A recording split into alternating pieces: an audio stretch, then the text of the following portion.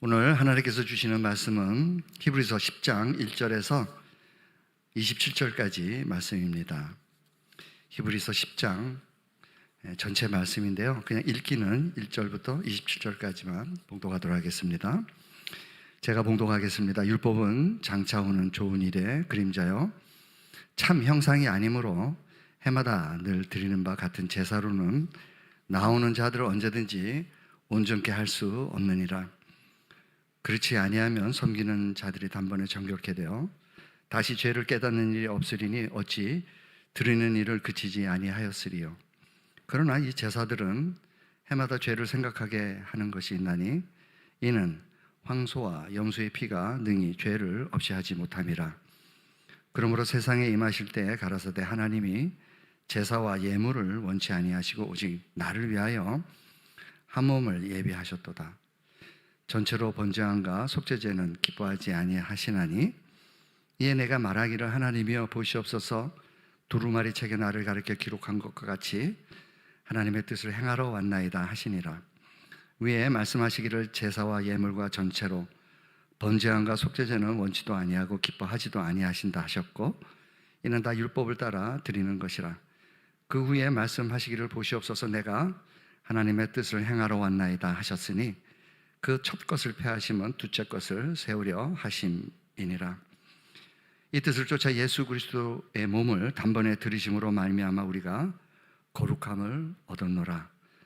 제사장마다 매일 서서 섬기며 자주 같은 제사를 드리되 이 제사는 언제든지 죄를 없게 하지 못하거니와 오직 그리스도는 죄를 위하여 한 영원한 제사를 드리시고 하나님 우편에 앉으사 그 후에 자기 원수들로 자기 발등상이 되게 하실 때까지 기다리시나니 저가 한 제물로 거룩하게 된 자들을 영원히 온전케 하셨느니라. 또한 성령이 우리에게 증거하시되 주께서 가라사대 그날 후로는 저희와 세울 언약이 이것이라 하시고 내 법을 저희 마음에 두고 저희 생각에 기록하리라 하신 후에 또 저희 죄와 저희 불법을 내가 다시 기억지 아니하리라 하셨으니 이것을 사하셨은즉 다시 죄를 위하여 제사 드릴 것이 없느니라.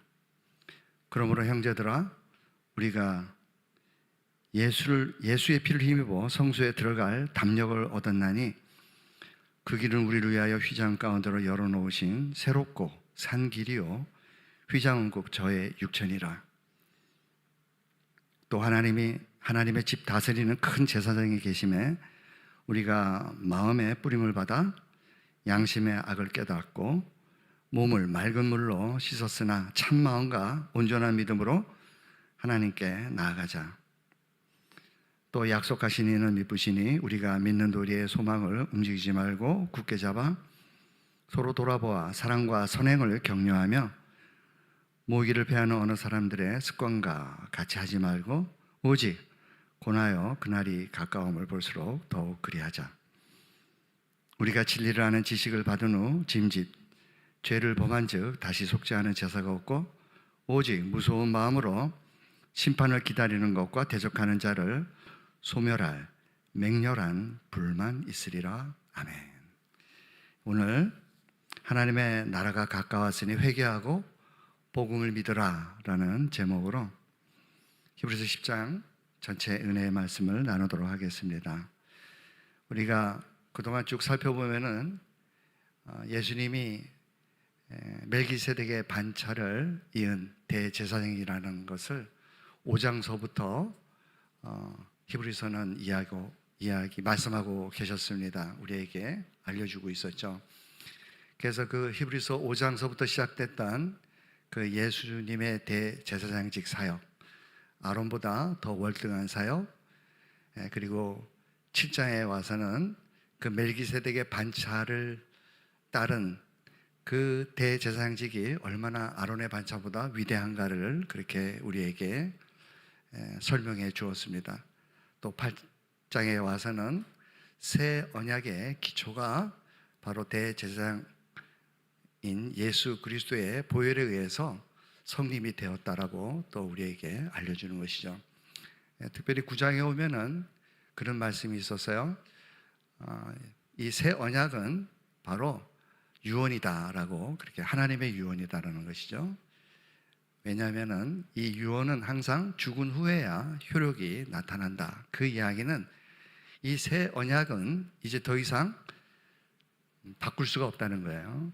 이미 유언을 하고 살아계실 때 유언을 하셨고 돌아가셔서 그 유언이 확정되기 때문에 더 이상의 새로운 언약은 없다는 것이죠. 완전한 언약이 이제 이루어졌다라고 그렇게 9장에서는 우리에게 알려주었고, 그 대속죄일에 나타났던 그 제사장들의 사역을 통해서 예수님이 얼마나 완벽하게 그 한 번의 제사장 사역을 통해서 대속죄일의 사역을 완성시켰는가를 이렇게 우리에게 설명해 주었습니다. 이제 10장에 와서 우리에게 지금 읽어본 대로 알려주는 그 놀라운 진리들은 바로 예수님이 완벽한 순종의 제물이었다는 것이에요. 그래서 구약에 있던 모든 제사들은, 즉 제사법에 의한 율법이에요. 제사법에 관련된 율법에 의해서 드렸던 그 모든 속죄의 방법들은, 제사의 방법들은 실제로 그 제물로 사용됐던 짐승들, 소나 양이나 염소들이 실제로 자발적인 순종이 아니었다는 거죠. 흠없는 그러한 속죄 제물인 것은 틀림없지만은, 그렇지만은 자발적인 속죄 제물이 아니었는데, 예수님은 이 땅에 오실 때부터, 더 나아가서는 이미 창세 전에 하나님과의 구속 언약을 통해서 당신께서 자발적으로 인간의 몸을 입고 속죄 제물이 되시기로 그렇게 작정하시고 이 땅 가운데 나타나셔서 이름 또한 예수, 그가 자기 백성을 그들의 죄에서 구원할 자라는 그 이름을 가지고 이 땅에 육신을 입고 오신 것이죠.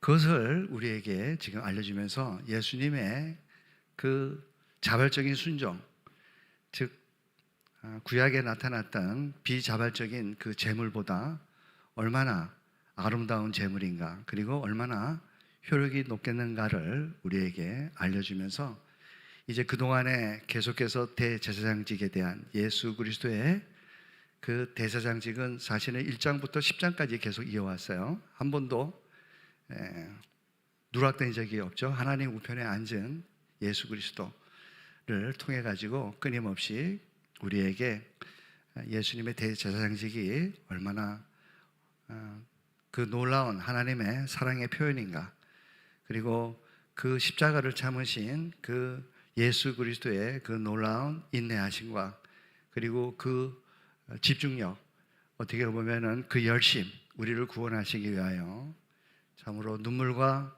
통곡으로 힘과 모든 그 열정을 다해서 구원의 속죄 사역을 이루기 위해서 십자가에서도 끝끝내 인내하시면서 당신의 그 덕을 나타내셨죠. 욕을 받으시되 욕하지 않으시고 그들의 오히려 죄를 용서하기를 바라시는 참으로 완벽한 그러한 제물로서 속죄 제물이 되었다라고 그렇게 우리에게 알려주고 있습니다. 그러면 우리는 어떻게 살아야 되는가? 라고 말하면서 결국은 믿음, 소망, 사랑의 삶을 살아야 된다는 것이죠. 믿음, 소망, 사랑. 믿음, 소망, 사랑의 사랑을 살기 위해서는 그게 그렇게 쉽지가 않은 거죠. 그래서 실제로 예수님께서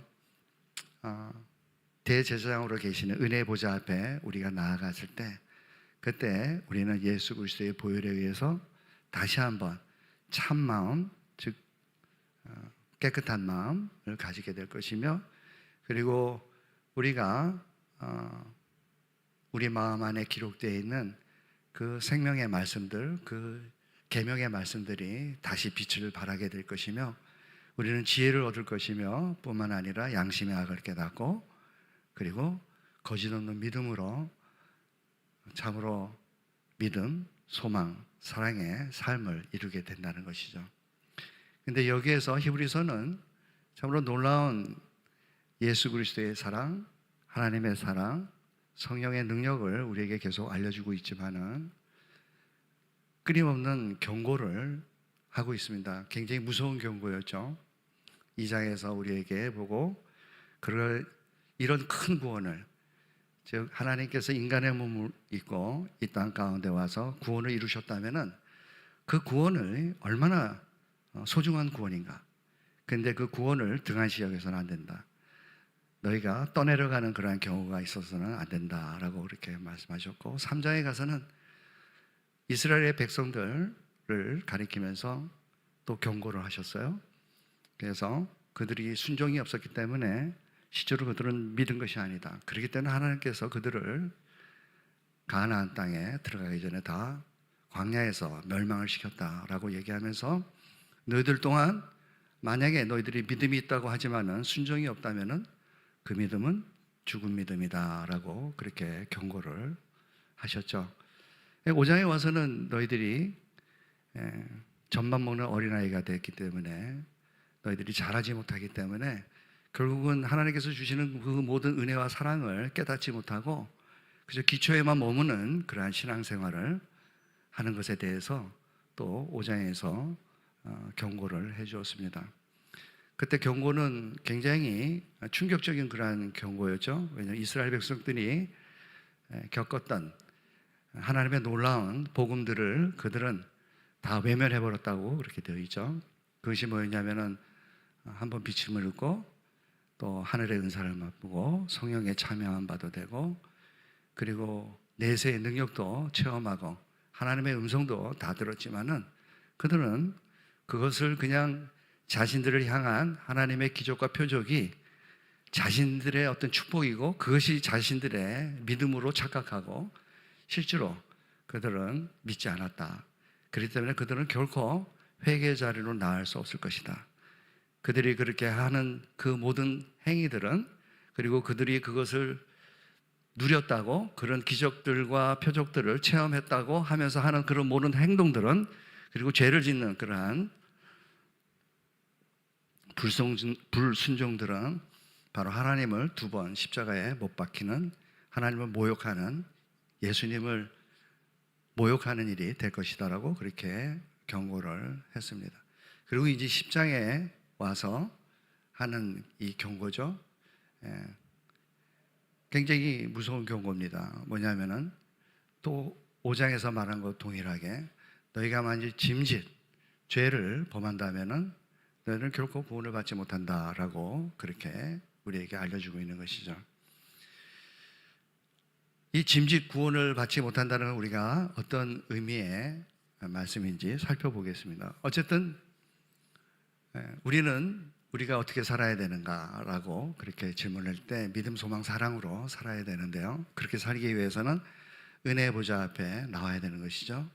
은혜의 보좌 앞에 나와서, 왜냐하면은 우리에게는 능력이 없기 때문에 그렇습니다. 믿음, 소망, 사랑으로 살아갈 능력이 없는 것이죠. 그래서 우리의 노력이나 힘이 아닌 하나님의 능력으로, 하나님의 보혈의 능력으로, 성령의 능력으로, 말씀의 능력으로 우리는 회복되어지고 우리는 그 믿음, 소망, 사랑 가운데 살아갈 수 있기 때문에 그렇습니다. 이것을 깨닫지 못하면은 실제로 짐짓 하나님의 말씀에 불순종하는 그러한 결과를 낳을 수밖에 없어요. 왜냐하면은 한번 믿음은 영원한 구원이에요. 믿음을 가졌는데 믿음을 잊어버릴 수는 없어요. 근데 성경은 그렇게 말하거든요. 짐짓 범죄했다면은 너희는 구원을 받지 못한다는 그 얘기는, 그 믿음은 믿음이 아니라는 얘기예요. 네가 갖고 있던 그 믿음은 가짜 믿음이라는 거죠. 가짜 믿음이라고 얘기하는 거는 아니지만은 비슷해요.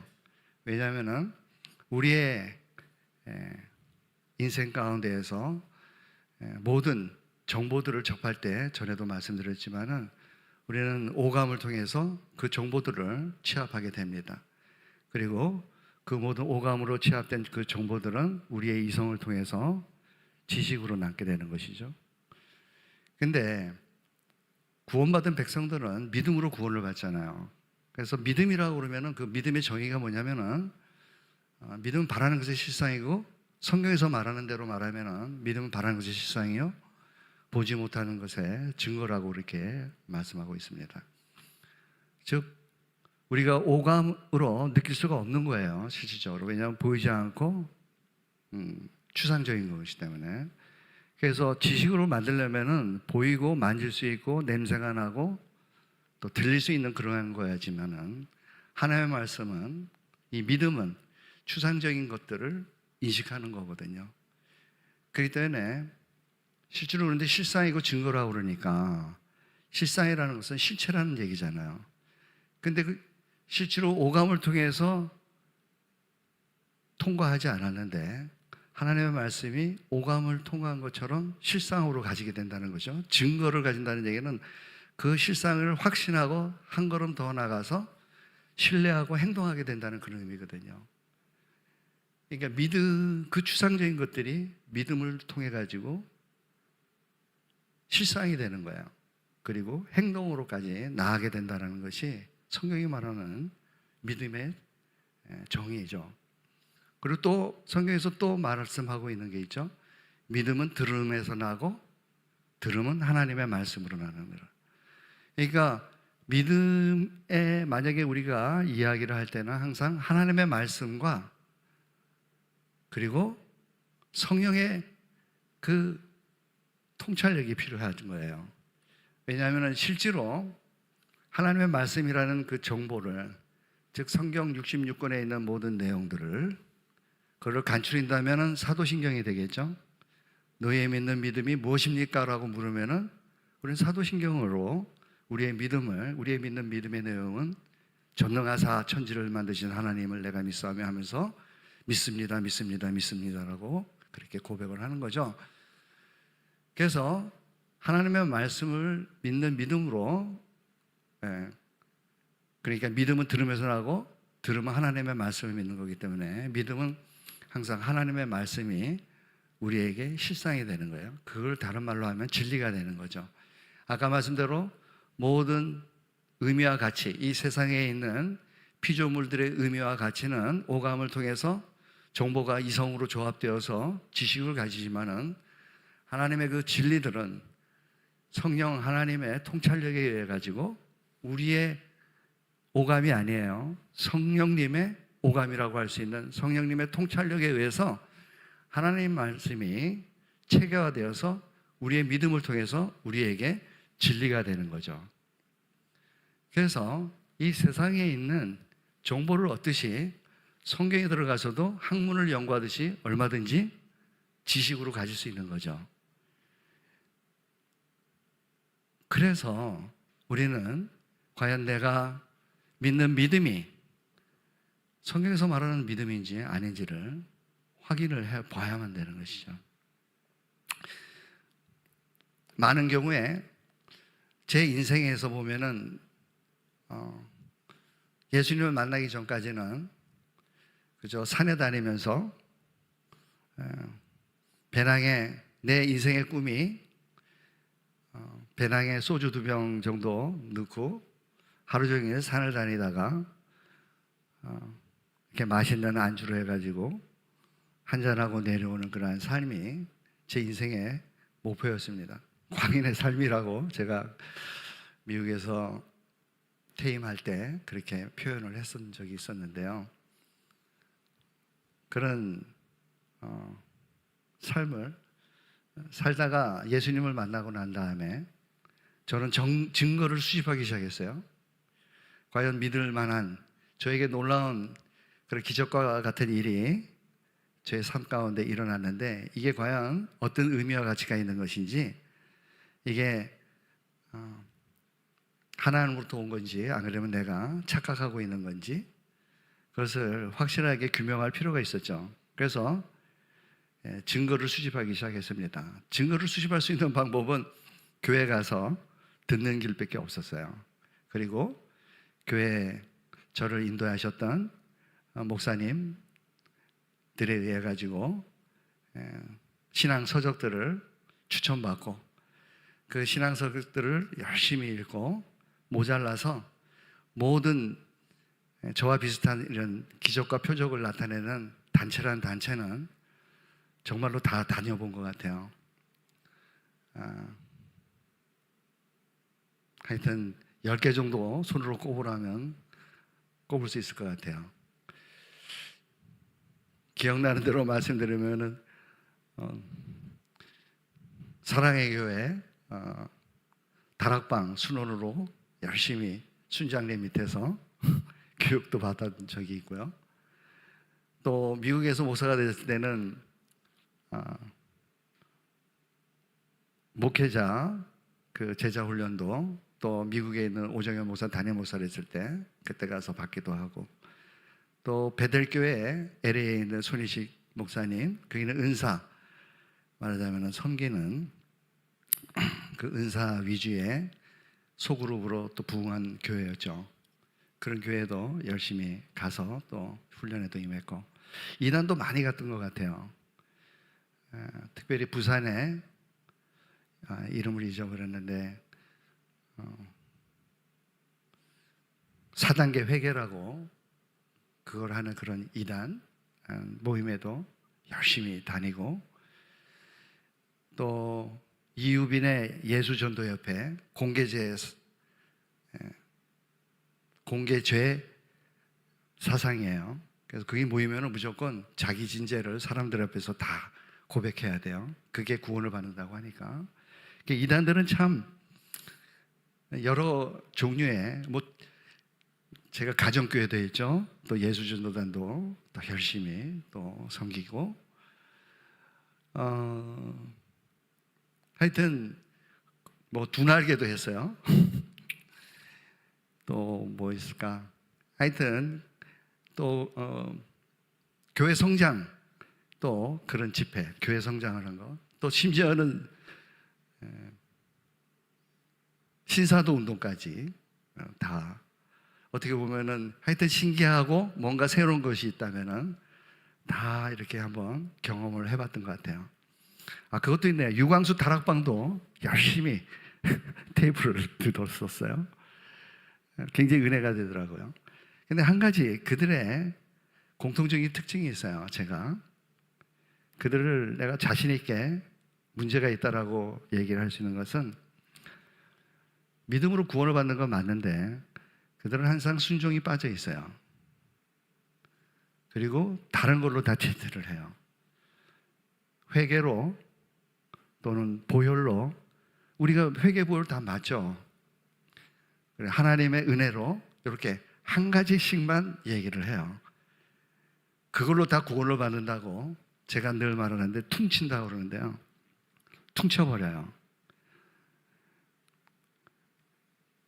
근데 성경에서는 끊임없이 우리에게 경고를 하고 있어요.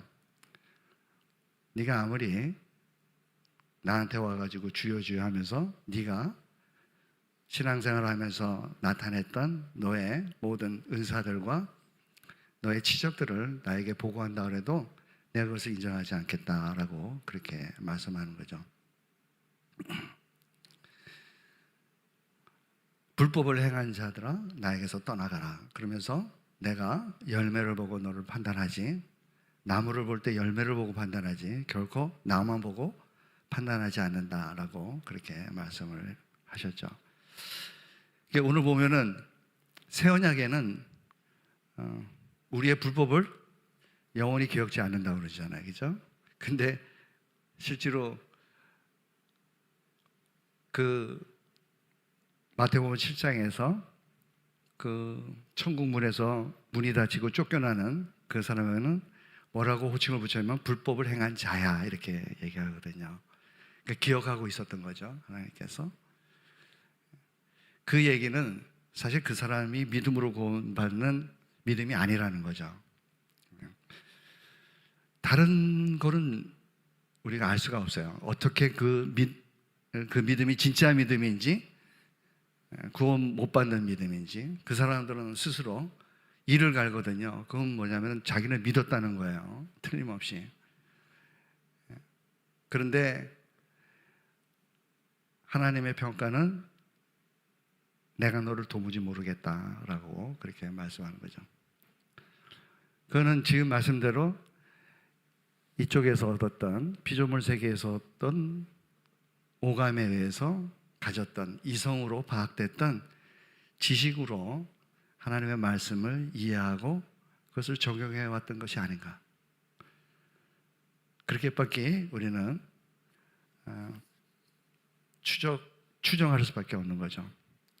어쨌든 우리는 성경은 1.1획도 땅에 떨어지지 않죠. 한 말씀도 우리는 다르게 해석할 수는 없어요. 대충 봐서는 안 되는 거죠. 어떻게든지 이것을 통합시켜야 돼요. 하나도 대략 이 말씀하고 이 말씀을 충돌하니까 이 말씀은 내가 보기에 아닌 것 같아 라고 땅에 묻어둘 수는 없는 거거든요. 그러면은 하나님의 말씀이 아니죠. 하나님의 말씀은 정말로 놀랍게도 전체적인 통일성을 갖고 있습니다. 그래서 오늘 세 가지를 말씀드리겠습니다. 첫 번째는 하나님의 그 놀라운 사랑의 표현이 예수 그리스도의 그 제물은, 순종적 제물은 완전한 제물이다. 자발적 순종이기 때문에 완전하시다라는 것을 우리가 한번 말씀으로 살펴보고요. 두 번째는 동일하게 예수님께서는 영단번에 제사를 드리셨다는 거죠. 온전한, 즉 제물도 완전할 뿐만 아니라 제사의 방법 또한 완전하기 때문에 우리의 구원은 완전하다는 것이죠. 믿음으로 우리는 구원을 받는 것이죠. 그 다음에 세 번째로는 말씀대로 우리는 그럼 어떻게 살아야 되는가? 믿음, 소망, 사랑으로 살아야 된다는 것이에요. 그 믿음, 소망, 사랑으로 살아가는 부분에서 만약의 경우 너희가 짐짓, 죄를 짓는다면 이 짐짓은 뭐냐면 고의로 또는 계획적으로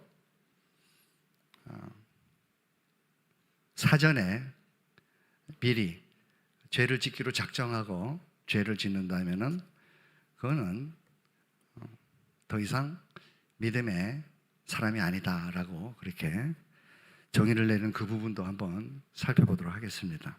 그 경고도 우리 한번 살펴보겠습니다. 첫 번째, 자발적 순종의 제물 예수 그리스도에 관한 주제를 가지고 살펴보겠습니다. 히브리서 10장 3절 4절입니다. 다 같이 읽을까요? 시작. 그러나 이 제사들은 해마다 죄를 생각하는 것이 있나니 이는 황소와 염소의 피가 능히 죄를 없이 하지 못함이라.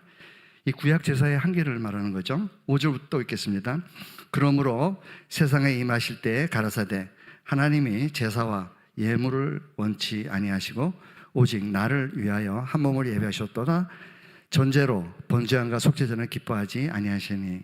이 이야기는 바로 설명드린 대로 구약의 제물들은, 제사에 사용됐던 제물들은 자발적 순종이 아닌 거죠.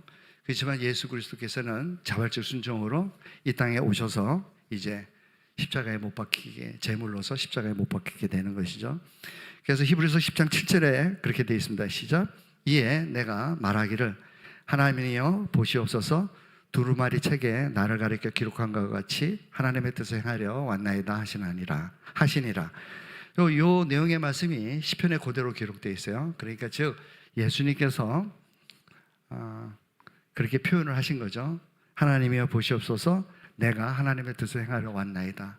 즉 예수님께서 인간의 몸을 입고 이 땅에 내려온 것은 바로 십자가의 그 대속의 사역을 이루시기 위해서 왔다라고 그렇게 말씀하시고, 이 내용이 어디에 또 기록되어 있냐면 바로 시편에 동일하게 기록되어 있죠. 자, 시편 40장 6절, 7절, 8절입니다. 다 같이 읽겠습니다. 시작. 주께서 나의 길을 통하여 들리시기를 제사와 예물을 기뻐 아니하시며 번제와 속죄제를 요구치 아니하신다 하신지라.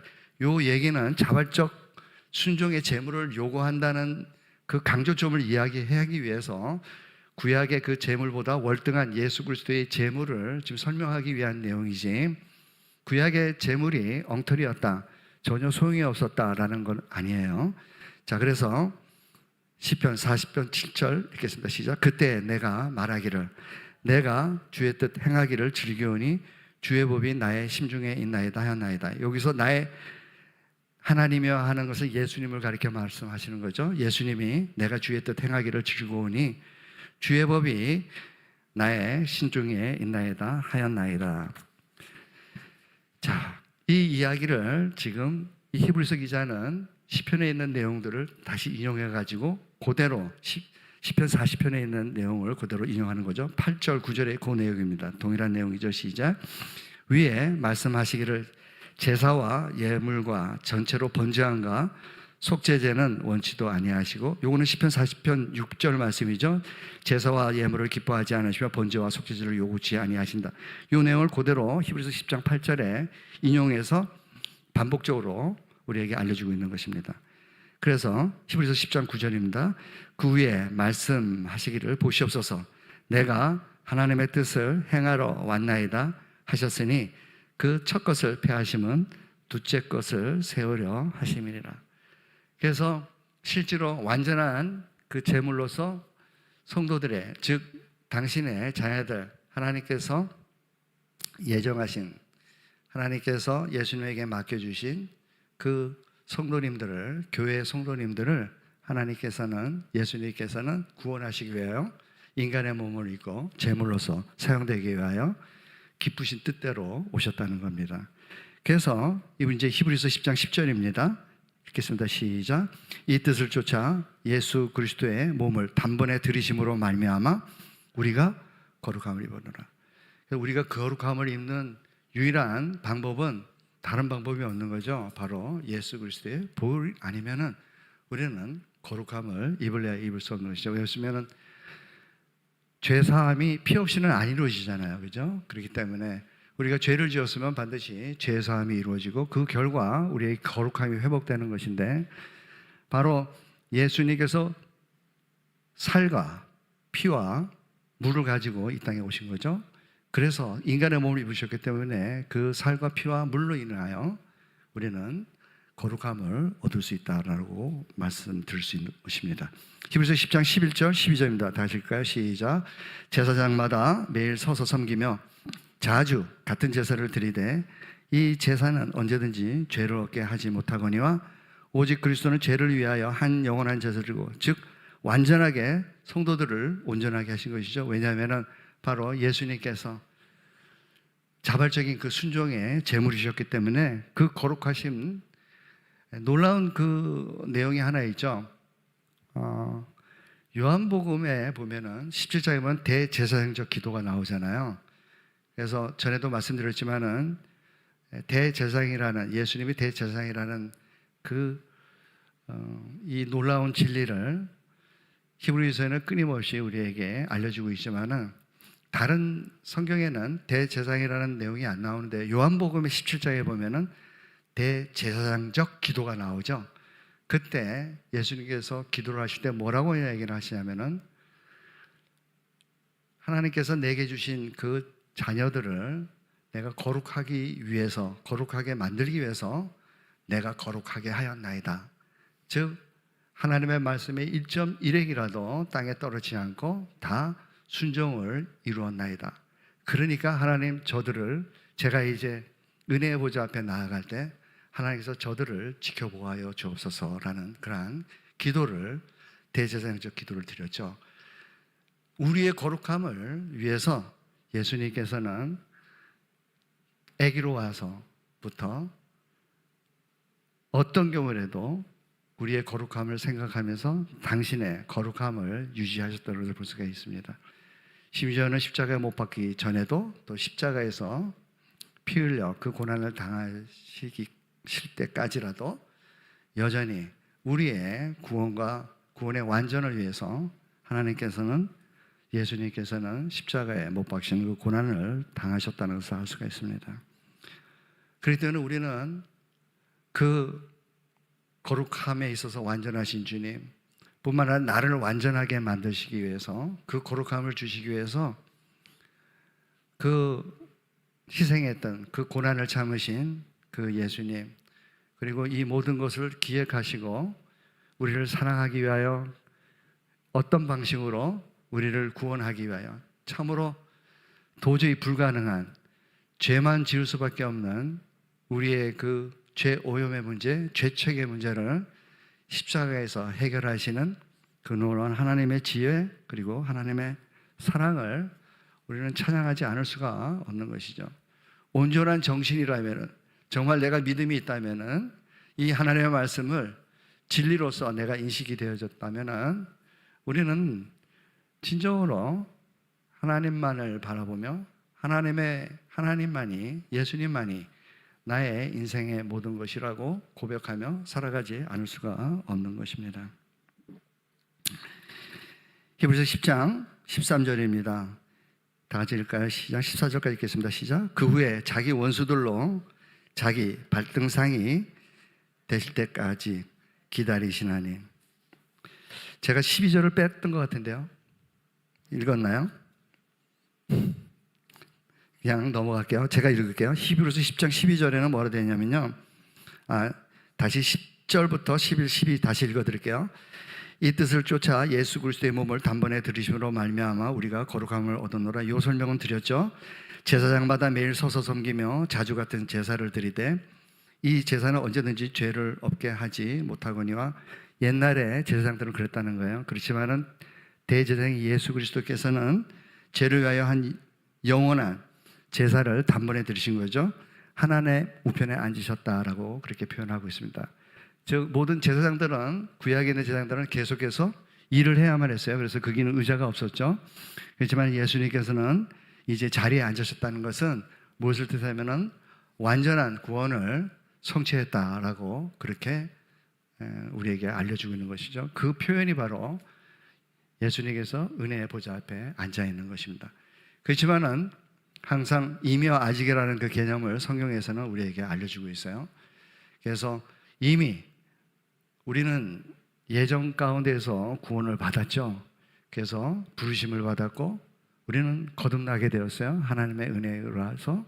그리고 거듭난 우리들은 믿음을 선물로 받고 그 믿음에 의해서 우리는 하나님의 말씀을 깨닫게 되었고, 그래서 우리는 의롭다함을 받고 성령을 선물로 받고, 그래서 이제 믿음으로 의롭다함을 받은 우리는 은혜의 보좌 앞에 나아갈 수 있도록 늘 회개할 때마다 죄를 용서받을 수 있고, 하나님께서 거룩함을 위해서 당신이 거룩하게 하셨던 그 지혜를 은혜의 보좌 앞에 이루기 위해서 우리를 은혜의 보좌 앞에 나갈 때, 즉 말씀과 기도로 나갈 때마다, 경건의 연습을 통하여 나갈 때마다 우리를 거룩하다라고 회복을 시켜주는 것이죠.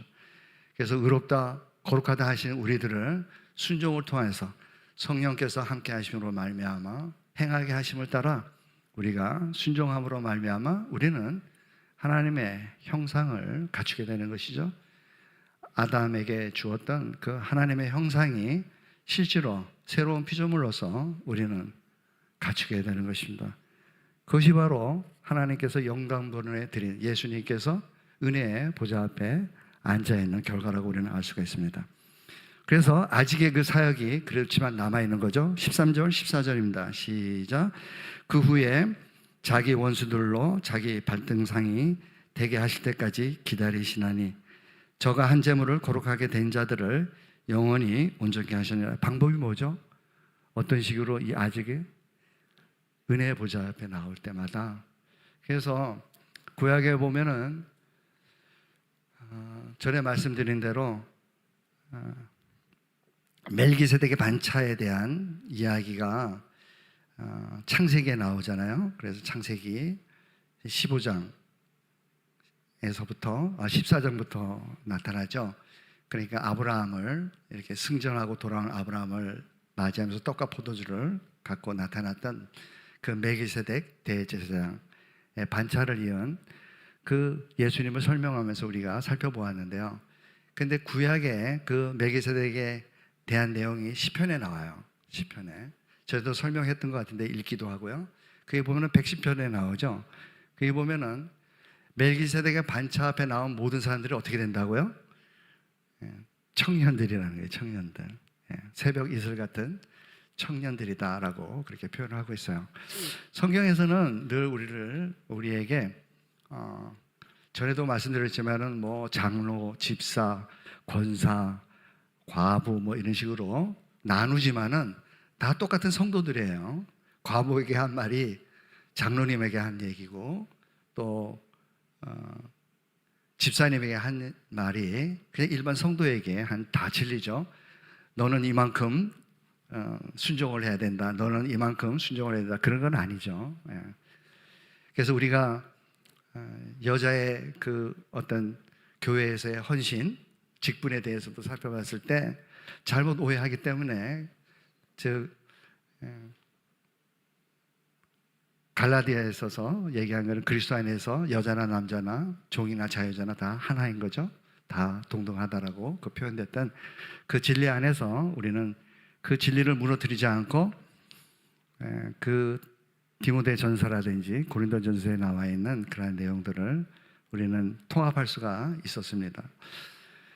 그런데 어쨌든 간에 지금 멜기세덱의 그 반차를 따른 그 성도님들이 결국은 새벽 이슬 같은 청년들이 되는 거예요. 그 말씀을 제가 왜 드리냐면은 아이들아, 아비들아, 청년들아, 이 내용이 어디에 나오죠? 요한일서에 나와요. 요한일서 2장에 나오는데 그때 뭐가 나오냐면은 아는 내용에 대해서 나와요. 아비들아, 너희는 아버지를 알았고, 아비들아, 너희는 태초부터 계신 이를 알았고, 청년들아 하는데 그들은 뭘 알았죠? 은혜의 보좌 앞에 나가는 걸 아는 사람들이에요. 그래서 은혜의 보좌 앞에 나아가 되면은 새 언약의 약속에 의해서 뭘 받게 되죠? 하나님의 말씀을 우리는 받게 됩니다. 그 하나님의 말씀이 어디에 기록되죠? 돌판에 기록된 그 말씀이 이제는 우리 마음판에 기록이 되고 우리 생각 가운데 기록이 되죠. 그래서 참되고 경건하고 옳으며 정결하며 사랑할 만하며 칭찬하며 덕이 있으며 기림이 있는 그 생각들을, 즉 하나님의 말씀들을 우리가 머릿속에 두고 흔들리지 않고, 그죠? 주님만 바라보면서 주님의 말씀 안에서 우리는 복되게 거룩하고 의롭고 선하게 살아갈 수가 있는 것이죠. 이게 바로 하나님의 지혜예요. 은혜의 보좌가 얼마나 우리에게 꼭 필요한 그 장소인지, 그리고 이 사역이 왜 필요한지를 우리에게 알려주고 있는 것이죠. 참고로 금방 말씀드렸던 요한일서 2장 1절부터 나오는 내용이에요. 왜냐하면 이 말씀을 드리는 것은 우리가 읽어보면 새 언약의 내용이 다시 한번 반복되는데요. 새 언약의 내용이 놀랍게도 이제는 큰 자나 작은 자나 나를 알라 하지 않을 것은 너희 모두가 나를 알미니라 라는 그 8장에서 나타난 새 언약의 약속, 예레미야서 31장 31절에 나타났던 그 내용이 하나가 빠져 있는데 그게 뭐냐면 이 내용이에요. 알라 하지 말을 것은. 근데 이 내용은 바로 뒤에서 설명하기 위해서 그 얘기를 빼뜨린 거예요. 즉 이 10장에서 그 내용을, 그 아는 내용, 과연 우리가 아는 게 뭔가라고 우리가 이야기를 한다면은 바로 순종이에요. 아는 것은. 즉 하나님의 말씀이 우리 마음판에 기록된 대로 기록되었기 때문에 우리는 순종하지 않을 수가 없어요. 진짜라면은, 하나님의 자녀라면은 하늘의 두 쪽 나도 순종하게 만들어요. 하나님은 우리의 힘으로, 우리의 의고 우리의 의지로 되는 게 절대로 아니라 하나님의 능력으로, 하나님의 보혈로, 하나님의 섭리와 하나님께서 행하시는 그 모든 섭리와 능력과 권능으로 그 일이 이루어질 수밖에 없어요. 즉 우리는 순종하지 않을 수가 없는 그러한 삶을 사는 것이죠. 제가 시편에 있는 내용을 한번 읽어드릴게요. 시편 110편 3편입니다. 주의 권능의 날에 주의 백성이 거룩한 옷을 입고 즐거이 헌신하니 새벽 이슬 같은 주의 청년들이 주께 나오는도다. 여호와는 맹세하고 변치 아니하시리라. 이르시기를 너는 멜기세덱의 반차를 좇아 영원한 제사장이라 하셨도다. 이 영원한 대제사장인 예수 그리스도, 멜기세덱의 반차를 따라온 그 예수 그리스도께서 시편 40편에 내가 하나님의 뜻을 좇아서 내가 주의 뜻 행하기를 즐거워해서 내가 자발적 순종으로 이제 하나님 앞에 제물로 바쳐집니다라고 그렇게 말씀하신 것이죠. 히브리서 10장 15절 18절까지 읽겠습니다. 새 언약의 내용이죠. 다시 읽겠습니다. 시작. 또한 성령이 우리에게 증거하시되 주께서 가라사대 그날 후로는 저희와 세울 언약이 이것이라 내 법을 저희 마음에 두고 저희 생각에 기록하리라 하신 후에 또 저와 저희 불법을 내가 다시 기억지 아니하리라 하셨으니 또 이것을 사하신즉 다시 죄를 위하여 제사 드릴 것이 없느니라. 즉 새 언약의 완전성과 예수 그리스도의 제물성 그리고 예수 그리스도의 대제사장적 사역이 너무나 완벽하기 때문에 우리의 구원은 확정적이다라고 너희가 믿는다면은 확정적이다라고 우리에게 참으로 너무나 감사하게 이 말씀을 해주는 거죠. 구원의 확신을 우리가 어디서 찾겠어요? 이 말씀에서 찾을 수밖에 없어요. 심지어는 히브리서 7장 25절에는 그랬잖아요. 내가 중보한다고, 완전한 구원을 위해서 내가 중보한다고. 하나님께서 우리를 위해서 중보하시는데 우리가 그렇게 힘없고 매겁고 맨날 울면서 고통스럽게 조마조마하면서 살아가는 인생은 아니라는 거죠. 쉽지는 않아요. 예. 왜냐하면 반드시 하나님께서는 이 과정을 우리를 환난을 통해서 이루시기 때문에 그래요. 환난의 인내는 연단은 소망을. 그래서 믿음 소망이 붙는 거죠. 그래서 우리가 믿는다면은 반드시 우리는 소망을 거치게 되어 있어요. 그 소망의 방법이 이루는 방법이 환난이기 때문에 우리는 필연적으로 그 환난을 통해서 인내하게 돼요. 예. 죽을 것 같은데 못 살 것 같은데 결국은 하나님께서는 우리를 인내하게 만드시죠. 다른 방법 없어요. 내가 믿는 한은 인내하고 다른 방법이 없기 때문에 인내하게 되는 거죠. 할렐루야. 얼마나 감사한지 모르겠습니다. 그 내용, 히브리서 8장에 있었던 그 내용이 뭐냐면은, 즉 지금 알라 하지 않을 것은 그 내용을 다시 한번 제가 확인해 줄게요. 히브리서 8장 11절에 나왔던 새 언약에서 지금 현재 10장 15절에서 16절 사이에 빠졌던 그 내용이 뭐냐면은 나를 알라 하지 아니할 것은, 그러면서 더 이상 나를 알 필요가 없다라고 한 말씀이잖아요. 그게 8장 11절을 읽어드리면은 또 각각 자기 나라 사람과 각각 자기 형제를 가르쳐 이르시기를 주를 알라 하지 아니할 것은 저희가 작은 자로부터 큰 자까지 다 나를 알미니라. 어떻게 아는 거죠? 네, 율법이, 즉 하나님의 그 선하시고 의롭고 거룩하신 그 하나님의 성품이 담긴 그 율법이 우리 마음판에 기록되어 있기 때문에 우리는 하나님을 알지 않을 수가 없는 것입니다. 요한일서 2장 3절 4절입니다. 제가 읽어드릴게요. 우리가 그의 계명을 지키면 이로써 우리가 저를 아는 줄 알 것이요. 우리가 실제로 우리가 사랑하는 것도 마찬가지예요. 너희가 만약 나를 사랑하면 어떻게 하라고요? 너희는 내 계명을 지키게 될 것이다 라고요. 진짜 사랑을 한다면 그냥 말로만 나 주님 사랑해요 라고가 아니라 성경에서 말하는 사랑이라면 나 주님 정말 사랑합니다 라고 얘기할 때 증거가 반드시 있어야 돼요. 그 사랑의 증거가. 믿음이 있다면, 사랑이라는 그 믿음에 대한 그 실체가 있다면 반드시 증거가 있어야 되죠. 그 증거는 요한복음 14장 17절에서 예수님이 말씀하죠. 뭐라고 말씀하시죠? 너희가 나를 사랑하면 내 계명을 지킬 것이다 라고 그렇게 말씀합니다.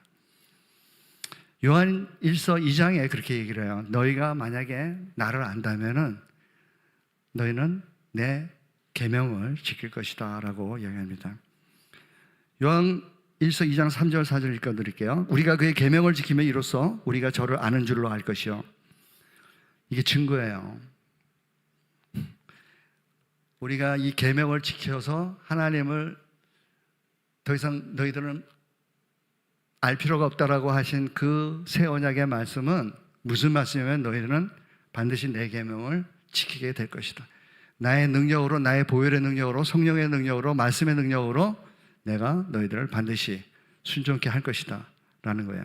그래서 더 이상 알 필요가 없다는 거예요.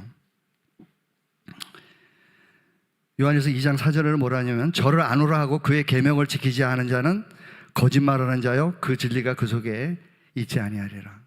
그러면서 하시는 말씀이 이어서 한 게 뭐냐면 아이들아 너희는 아버지를 알았고 아비들아 너희들은 태초부터 계시는 알았고 청년들아 너희는 강하고 하나님의 말씀이 너희 속에 거하시고 멜기세덱의 반차를 앞에 따라 나아갔던 그 청년들을 말하는 거죠. 우리가 청년들을 표현할 때 성경적 청년은 바로 은혜의 보좌 앞에 나와 있는, 그래서 하나님의 계명을 소중히 여기고 하나님의 말씀의 그 거룩하심을 따라 순종하려고 하는 그런 분들이 바로 성경에서 말하는 청년이라는 것을 우리에게 알려주고 있습니다. 양심의 악을 깨닫고 이제 참 마음과 거짓 없는 믿음으로 우리는 믿음과 소망의 사람을 살아야 된다고 말씀하시죠. 그러므로 이렇게 얘기합니다. 19절부터 읽을까요? 시작. 그러므로 형제들아 우리가 예수의 피를 힘입어 성소에 들어갈 담력을 얻었나니 그 길은 우리를 위하여 휘장 가운데로 열어놓으신 새롭고 산 길이요 휘장은 곧 저의 육체니라. 또 하나님의 집 다스리는 큰 제사장이 계심에 우리가 마음의 뿌림을 받아 양심의 악을 깨닫고 몸을 맑은 물로 씻었으나 참마음과 온전한 믿음으로 하나님께 나아가자. 참 우리 찬양 부르면서 십자가를 참으신 어린 양 예수, 그죠? 완전하신 하나님의 사랑, 완전하신 하나님의 예수님의 그 값없는 은혜, 그리고 놀라운 지혜. 우리가 목소리 높여 찬양하지 않을 수가 없는 거죠. 그러므로 예수님께서 그리고 하나님께서 우리를 위하여 우리의 완전한 구원을 위해서 하나님의 형상을 회복시키기 위해서 그리고 너무나 분명하게 구원의 확신을 주시기 위해서 그리고 증거를 하나님께서 보여주시기 위해서 목숨 바치는 사랑이 우리에게 요구되는 건 맞지만은 실제로 진정한 사랑, 마음을 다하여 목숨을 다하여 뜻을 다하여 힘을 다하여 우리를 사랑하신 예수님, 그 사랑을 우리가 말씀을 통해서 확신한다면은, 하나님이 주신 그 믿음이 있다면은 우리는 정말 입술의 열매인 찬양을, 감사의 찬양을, 기뻐하는 찬양을 드리지 않을 수가 없는 것입니다.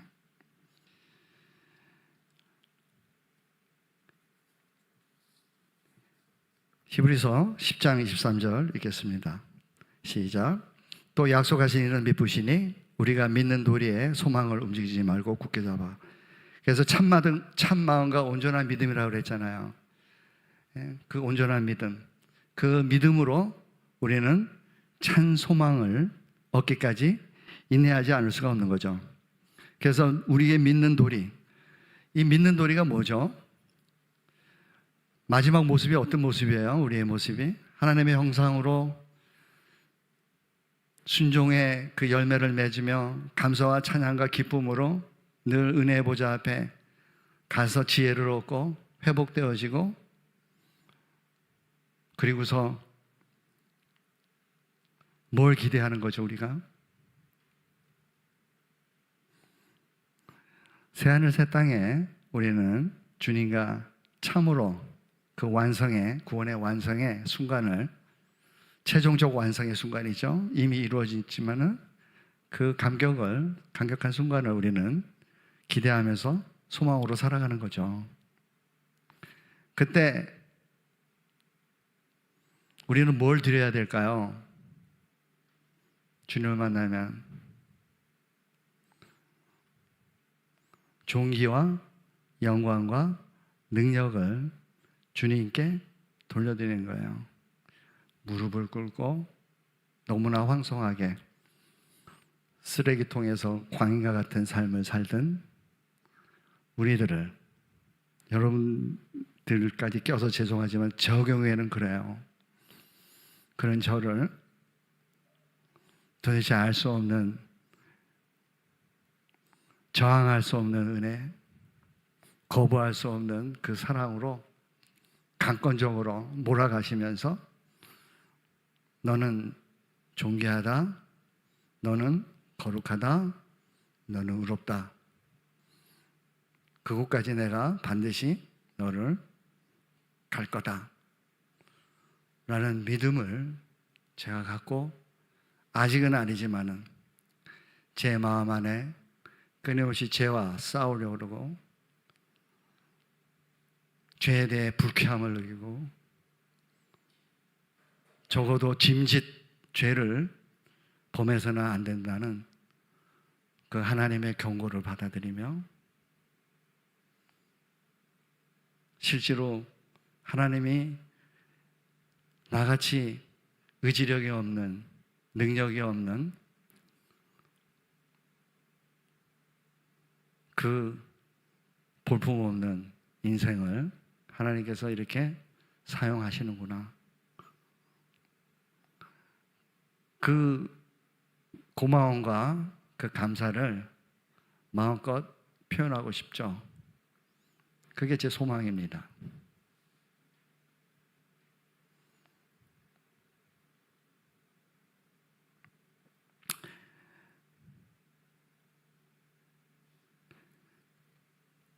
히브리서 10장 26절, 27절입니다. 다시 읽까요? 시작. 우리가 진리를, 죄송합니다. 고전에 빼먹었네요. 10장 23절인가요? 믿는 도리에 소망을 움직임을 굳게 잡아 그 다음에 소망 다음에 사랑이 나와야 되겠죠. 믿음, 소망, 사랑. 10장 24절, 25절입니다. 시작.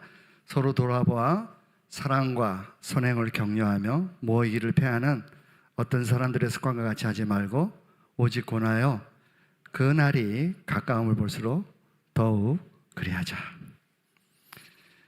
우리가 함께 가지 않으면 안 되는 거예요. 제가 그런 생각을 많이 했어요. 만약에 제가 교회가 없었더라면, 말씀을 전하는 기회가 없었더라면 내가 어떻게 이 하나님의 이 참 신묘막측한 말씀의 진리들을 깨달아 알 수 있었을까? 나를 향한 하나님의 사랑이 아니라 나 위에 하나님께서 사랑하신 성도님들에 대한 사랑으로 나를 사용하시는구나. 나를 만나게 하시는 특별한 그러한 사람들의 인연을 특별히 말씀을 가르칠 때마다 새롭게 느끼게 되는 거죠. 야, 내가 도구로 쓰임받고 있구나. 베드로가 부인했을 때 아주 저주하면서 부인하고 맹세하면서 부인했을 때 정말 쌍욕을 하고 싶을 정도로 그럴 텐데 주님께서는 용서하시면서 부탁하신 게 있죠. 네가 사랑한다고 사랑하면 내 양을 먹이라. 그렇습니다. 우리는 떠나가면 안 돼요. 어떻게 하든지 뭉쳐 있어야 되는 거죠. 그래서 감사합니다. 여러분들이 이렇게 뭉쳐 있어서. 히브리서 10장 26절 27절입니다. 시작. 우리가 진리를 아는 지식을 받은 후 짐짓 죄를 범한 즉 속죄하는 제사가 없고, 여기서 짐짓은 부지불식간에 지은 죄가 아니에요. 나름대로 계획적인 그러한 죄를 말하고 있습니다. 고의로 짓는 것이죠. 이거는 완전히 자발적 언약 파괴예요. 원래 증거인멸죄가 있잖아요. 그죠? 증거인멸죄. 우리 남 목사님, 이제 변호사니까 너무 증거인멸죄가 있는데,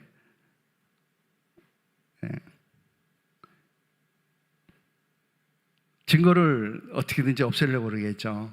고의로 범죄를 하면은 알고서 짓는 죄거든요. 이 범죄가 어떤 형태로 나타날 것인지, 얼마나 치욕스러울지를 알기 때문에 그 치욕스러운 범죄를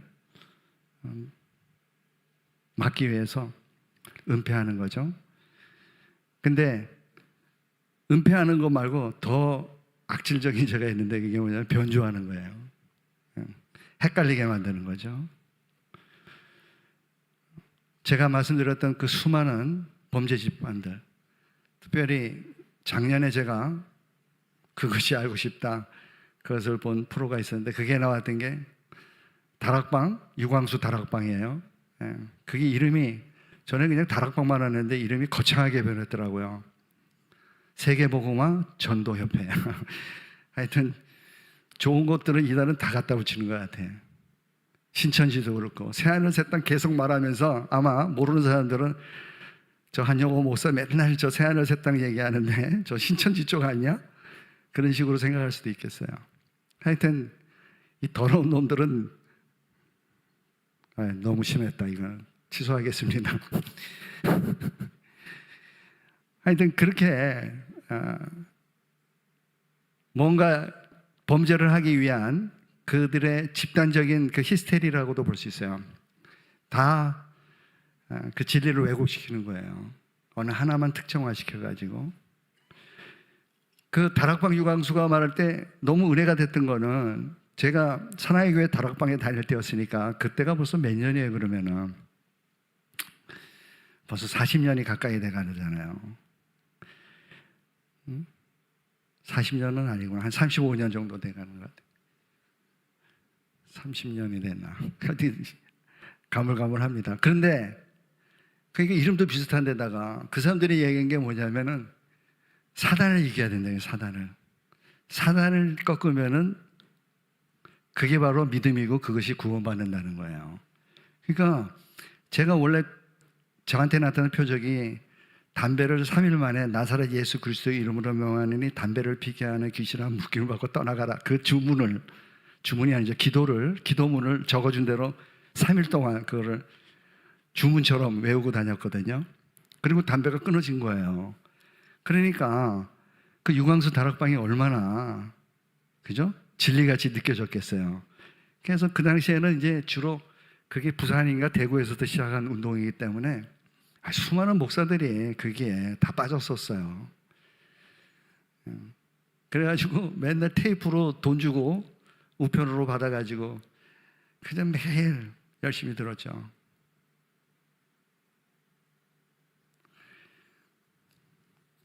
하여튼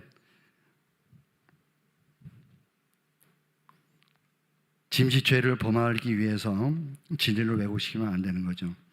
이 사람들이 전에도 말씀드렸지만은 제가 볼 때 우리 교회 안에서 보면은 그런 경우도 보일 수가 있거든요.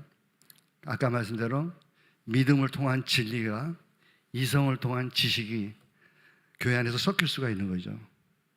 그래서 그렇게 얘기를 한 것 같아요. 히브리서 10장 27절. 우리가 진리를 아는 지식을 받은 후, 그죠? 짐짓, 죄를 범한 즉 다시 속지 않은 제사가 없고 오직 무서운 마음으로 심판을 기다리는 것과 대적하는 자를 소멸하여 맹렬할 뿐만 있으리라. 죄의 문제는 어떻게 보면 죄를 깨닫는 순간 우리는 구원의 길로 거룩한 길로 가게 되는 첩경이죠. 그게 문인 거예요. 죄를 깨닫는 게. 하나님께서는 우리를 의롭고 선하고 거룩하게 만들기 위해서는 우리 안에 내재져 있는 죄 오염의 문제를 드러내게 하셔야 돼요. 그렇잖아요. 숨어있는 죄를 아직 표현되지 않은 죄를 우리가 담고 있다면 하나님께서는 반드시 저를 통해서 깨닫게 하셔야죠.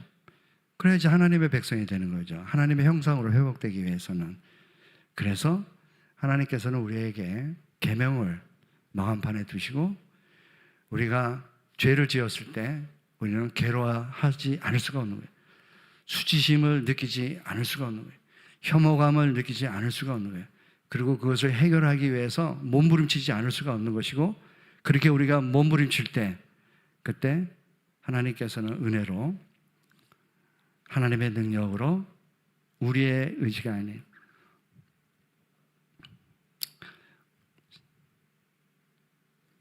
너무 시간이 많이 가서 그만해야 되겠네요. 할 건 너무 많은데 마치도록 하겠습니다.